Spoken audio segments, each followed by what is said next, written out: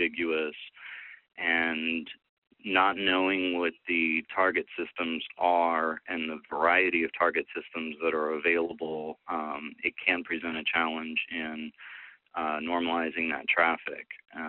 We've done some work in that regard in finding that at least for a subset of the techniques that it is possible to normalize certain things in the IPS normalization engine that the target system at the end of the day will still accept. We're still researching that, and that is probably the largest challenge in these techniques. I'd say by far. That's the thing to kind of overcome at this point. But what we were really saying is that we need to really research that further, and there has to be an answer to that problem. What the answer is at the end of the day, we're not really 100% certain ourselves, but we have some techniques in place on the normalization side that are helping to address that problem already. Okay, thanks. Yeah, sure. I'm glad to have you on the call too. Hey, no, thanks for making it public. And once again, as a reminder, if you do wish to ask a question, you may do so now by pressing star and 1 on your phone. That's star and 1 to ask a question.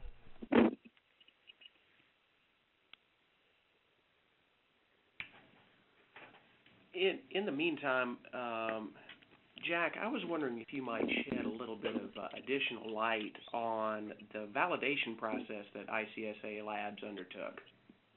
Sure, no problem. Happy to do so. You know, back in, I think it was late August, Stonesoft contacted us and said, we were onto something here, and we would like you guys to help us validate what we found. And so we said, we're interested in taking a look at it, and we set up a video teleconference between Helsinki and here in Mechanicsburg, Pennsylvania, where we are located, and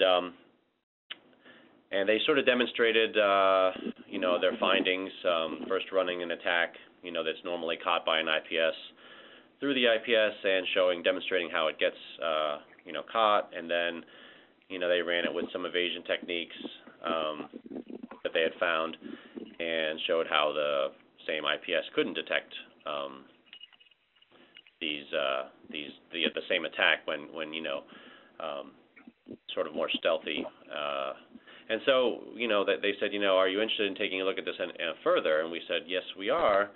And they said, well, great. We have some packet captures that we've created, and Mark mentioned those earlier, those 14, 15, 16, something like that, packet captures, and they sent those over to us to have a look at. And so here at the labs, at ICSA Labs, our vulnerability analysis team got together, took a look at the packet captures, and in our estimation, at least 9 of them, I think, we identified as being stuff that we were certain we hadn't seen before.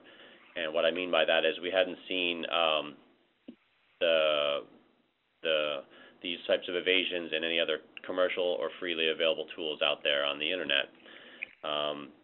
And so we said, okay, this is really interesting stuff, and we then replayed those packet captures because we have the devices here in-house to replay them through IPS devices. And we chose four vendors' products, Gartner, IPS, Magic Quadrant folks, and we ran those packet captures through those 4 devices to kind of see how they did in terms of were they able to detect them or not. And in some cases they were, in some cases they weren't. But in all of those cases, at least of the 9 that we ran through, there was at least one of those evasions was not able to go through, was not detected by at least one of the and multiple times, and sometimes multiple IPSs.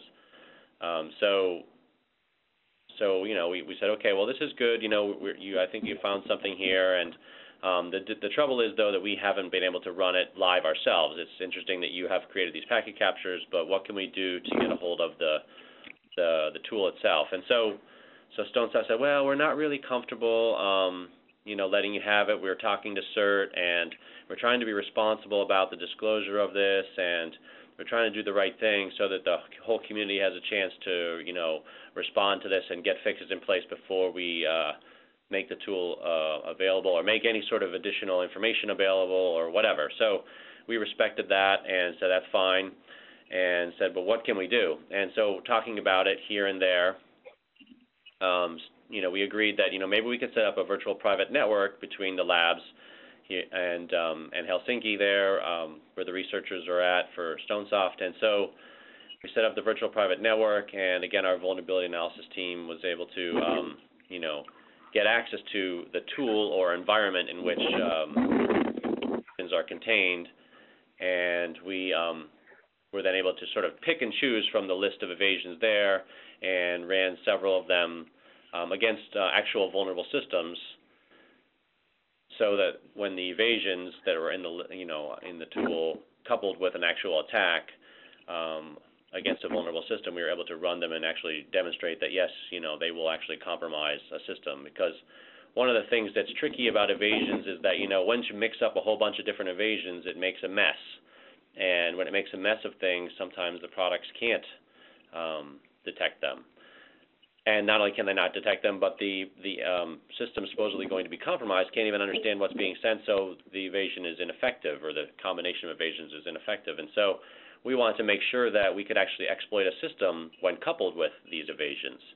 And so we were able to do that. And so I guess that's basically where we sort of stopped our investigation and, able to confirm for Stonesoft, what they wanted.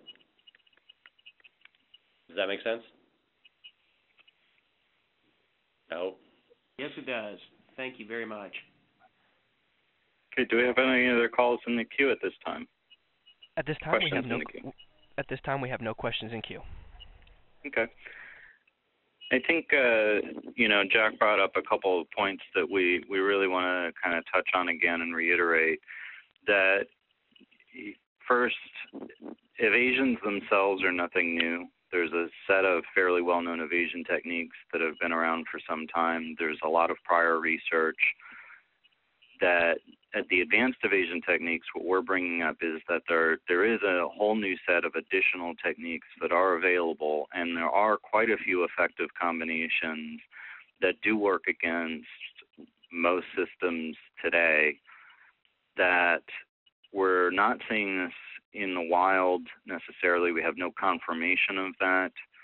That, of course, your exploit, that the code that you're actually delivering, whether it's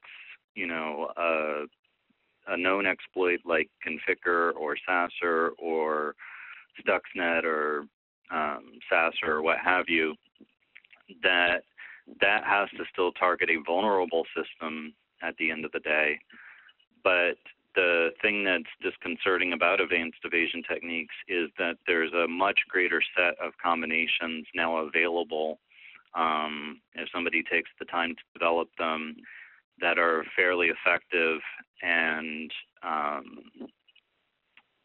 perhaps a bit challenging to implement, but that then affords the attacker plenty of opportunity to try different exploits, because you can load your traffic with various different types of exploits and exploit code so that you can find the vulnerability that system has.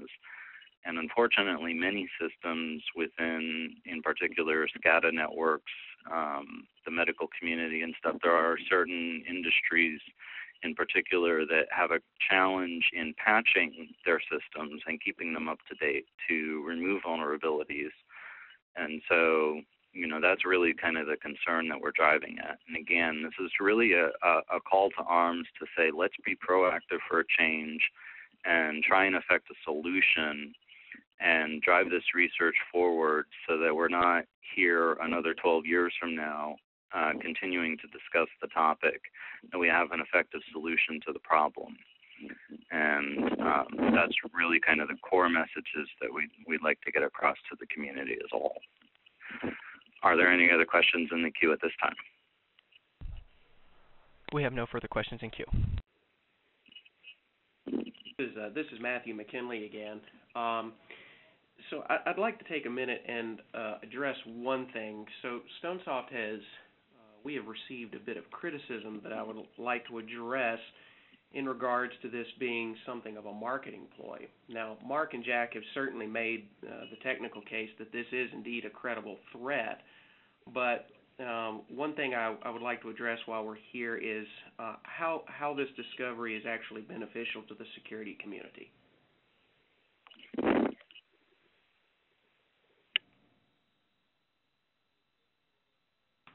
Mark or Jack, any thoughts on that?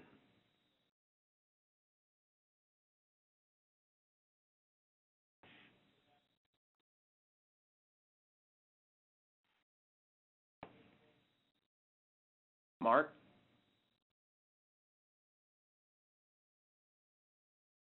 So Matt, so what's your question again, Matt? Okay, so my question is basically what I'd like to do is just address whether or not this is a marketing ploy. That's some of the criticism that we've received.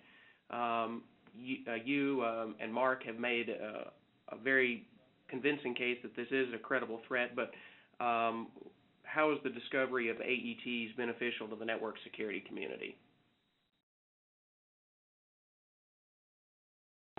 Well, it's beneficial to them because, like Mark said, if you are able to get the protections in place before the adversary would have access to them, then they're going to have, then the enterprise networks are going to be protected, and that's a good thing. So, if folks can find out about this stuff, get the fixes in, have their vendor or their provider get the fixes in place for these things, then and that way, everybody benefits, except for the attackers.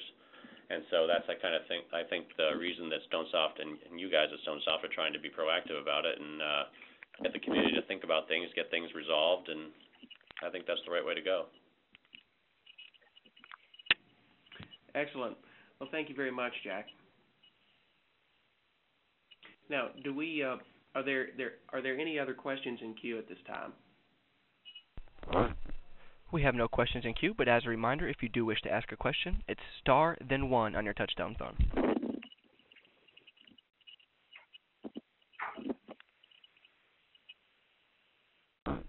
And I'm showing no questions in queue. Okay.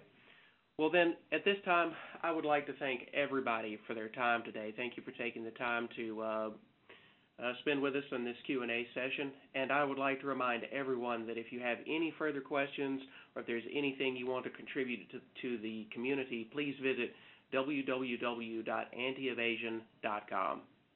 Thank you all very much.